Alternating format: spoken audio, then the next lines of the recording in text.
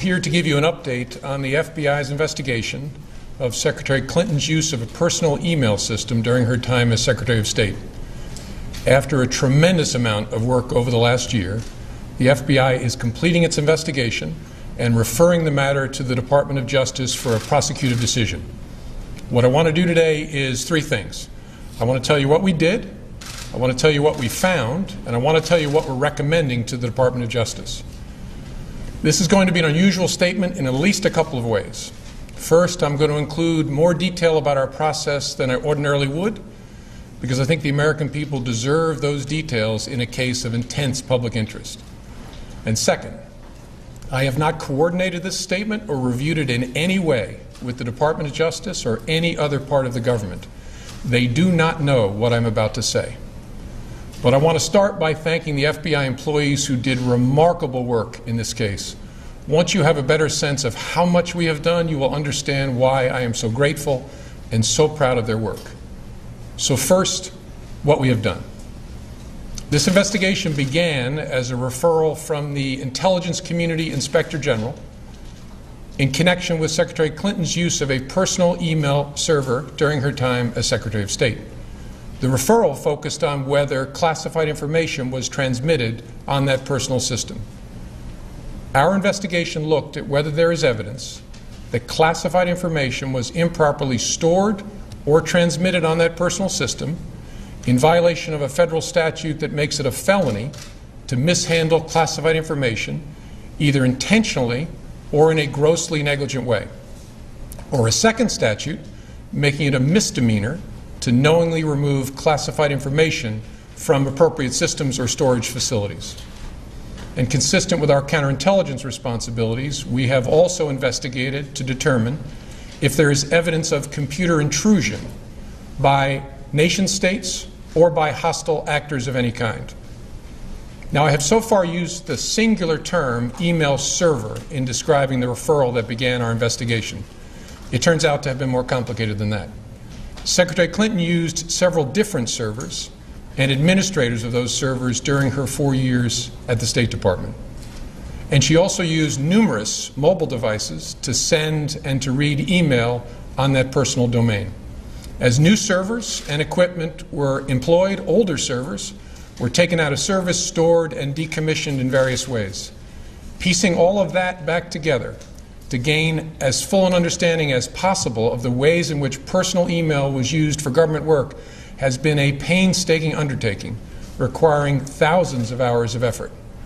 For example, when one of Secretary Clinton's servers was decommissioned in 2013, the email software was removed.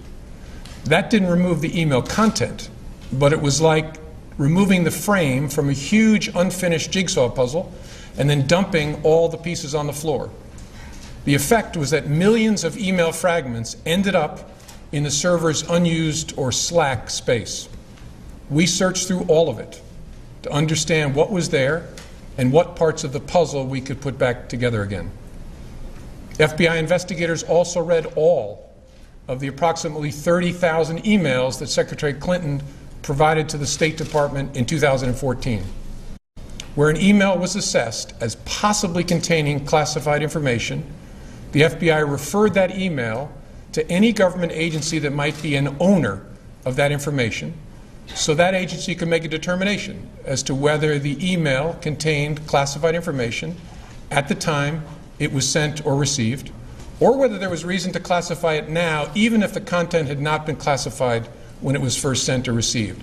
And that's the process sometimes referred to as up-classifying. From the group of 30,000 emails returned to the State Department in 2014, 110 emails in 52 email chains have been determined by the owning agency to contain classified information at the time they were sent or received. 8 of those chains contained information that was top secret at the time they were sent. 36 of those chains contained secret information at the time, and 8 contained confidential information at the time. That's the lowest level of classification. Separate from those, about 2,000 additional emails were up-classified to make them confidential. those emails had not been classified at the time that they were sent or received. The FBI also discovered several thousand work-related emails that were not among the group of 30,000 emails returned by Secretary Clinton to State in 2014. We found those emails in a variety of ways. Some had been deleted over the years, and we found traces of them on servers or devices that had been connected to the private email domain. Others we found by reviewing the archived government accounts of people who'd been government employees at the same time as Secretary Clinton, including high-ranking officials at other agencies, folks with whom a Secretary of State might normally correspond. This helped us recover work-related emails that were not among the 30,000 that were produced to State. Still others we recovered from that painstaking review of the millions of email fragments dumped into the slack space of the server that was decommissioned in 2013. With respect to the thousands of emails we found that were not among those produced to the State Department, agencies have concluded that 3 of those were classified at the time they were sent or received, 1 at the secret level and 2 at the confidential level. There were no additional top secret emails found, and finally, none of those we found have since been upclassified. I should add here that we found no evidence that any of the additional work-related emails were intentionally deleted in an effort to conceal them in some way. Our assessment is that, like many email users, Secretary Clinton periodically deleted emails, or emails were purged from her system when devices were changed. Because she was not using a government account or even a commercial account like Gmail, there was no archiving at all of her emails. So it's not surprising that we discovered emails that were not on Secretary Clinton's system in 2014 when she produced those 30,000 some emails to State.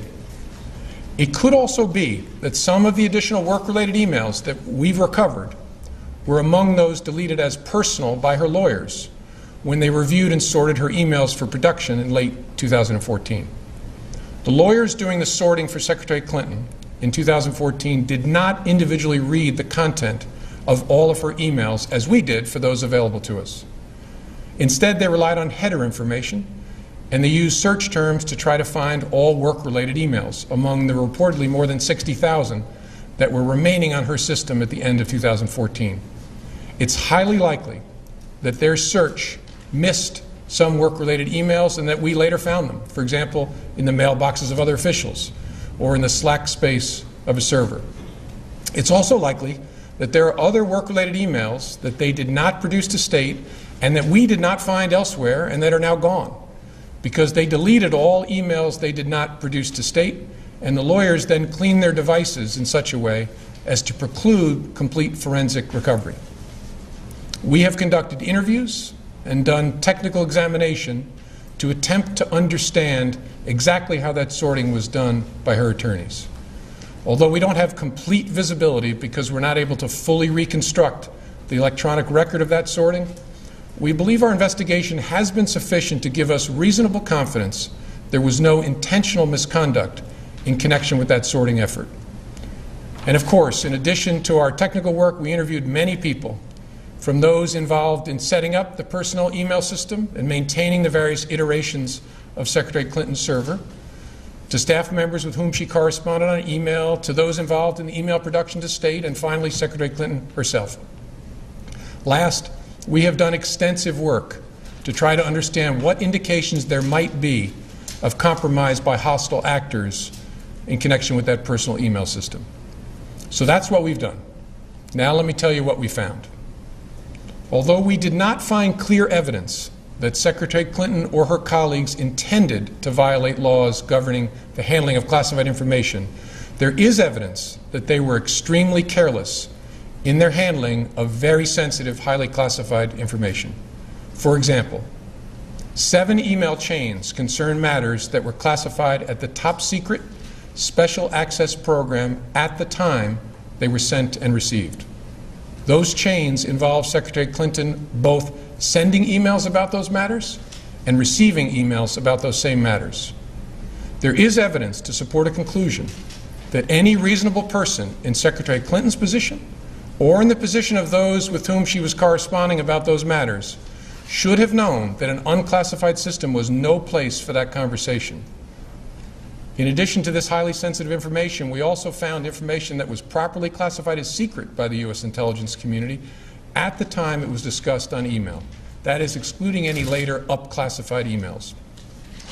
None of these emails should have been on any kind of unclassified system, but their presence is especially concerning because all of these emails were housed on unclassified personal servers, not even supported by full-time security staff like those found at agencies and departments of the United States government, or even with a commercial email service like Gmail. I think it's also important to say something about the marking of classified information. Only a very small number of the emails here containing classified information bore markings that indicated the presence of classified information. But even if information is not marked classified in an email, participants who know or should know that the subject matter is classified are still obligated to protect it. And while not the focus of our investigation, we also developed evidence that the security culture of the State Department, in general, and with respect to the use of unclassified systems in particular, was generally lacking in the kind of care for classified information that's found elsewhere in the U.S. government. With respect to potential computer intrusion by hostile actors, we did not find direct evidence that Secretary Clinton's personal email domain, in its various configurations since 2009, was hacked successfully. But given the nature of the system and of the actors potentially involved, we assess we would be unlikely to see such direct evidence. We do assess that hostile actors gained access to the private commercial email accounts of people with whom Secretary Clinton was in regular contact from her personal account. We also assess that Secretary Clinton's use of a personal email domain was both known by a large number of people and readily apparent. She also used her personal email extensively while outside the United States, including sending and receiving work-related emails in the territory of sophisticated adversaries. Given that combination of factors, we assess it is possible that hostile actors gained access to Secretary Clinton's personal email account. So that's what we found. Finally, with respect to our recommendation to the Department of Justice. In our system, the prosecutors make the decisions about whether charges are appropriate based on evidence that the FBI helps collect. Although we don't normally make public our recommendations to the prosecutors, we frequently make recommendations and engage in productive conversations with prosecutors about what resolution may be appropriate given the evidence. In this case, given the importance of the matter, I think unusual transparency is in order. Although there is evidence of potential violations of the statutes regarding the handling of classified information, our judgment is that no reasonable prosecutor would bring such a case. Prosecutors necessarily weigh a number of factors before deciding whether to bring charges. There are obvious considerations like the strength of the evidence, especially regarding intent. Responsible decisions also consider the context of a person's actions and how similar situations have been handled in the past. In looking back at our investigations into the mishandling or removal of classified information, we cannot find a case that would support bringing criminal charges on these facts. All the cases prosecuted involved some combination of clearly intentional and willful mishandling of classified information or vast quantities of information exposed in such a way as to support an inference of intentional misconduct, or indications of disloyalty to the United States or efforts to obstruct justice. We do not see those things here. To be clear, this is not to suggest that in similar circumstances, a person who engaged in this activity would face no consequences.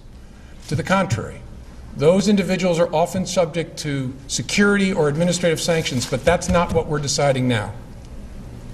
As a result, although the Department of Justice makes final decisions on matters like this, we are expressing to Justice our view that no charges are appropriate in this case. I know there will be intense public debate in the wake of this recommendation, as there was throughout the investigation. What I can assure the American people is that this investigation was done honestly, competently, and independently. No outside influence of any kind was brought to bear. I know there were many opinions expressed by people who are not part of the investigation, including people in government. But none of that mattered to us. Opinions are irrelevant. And they were all uninformed by insight into our investigation because we did our investigation the right way. Only facts matter. And the FBI found them here in an entirely apolitical and professional way. I couldn't be prouder to be part of this organization. Thank you very much.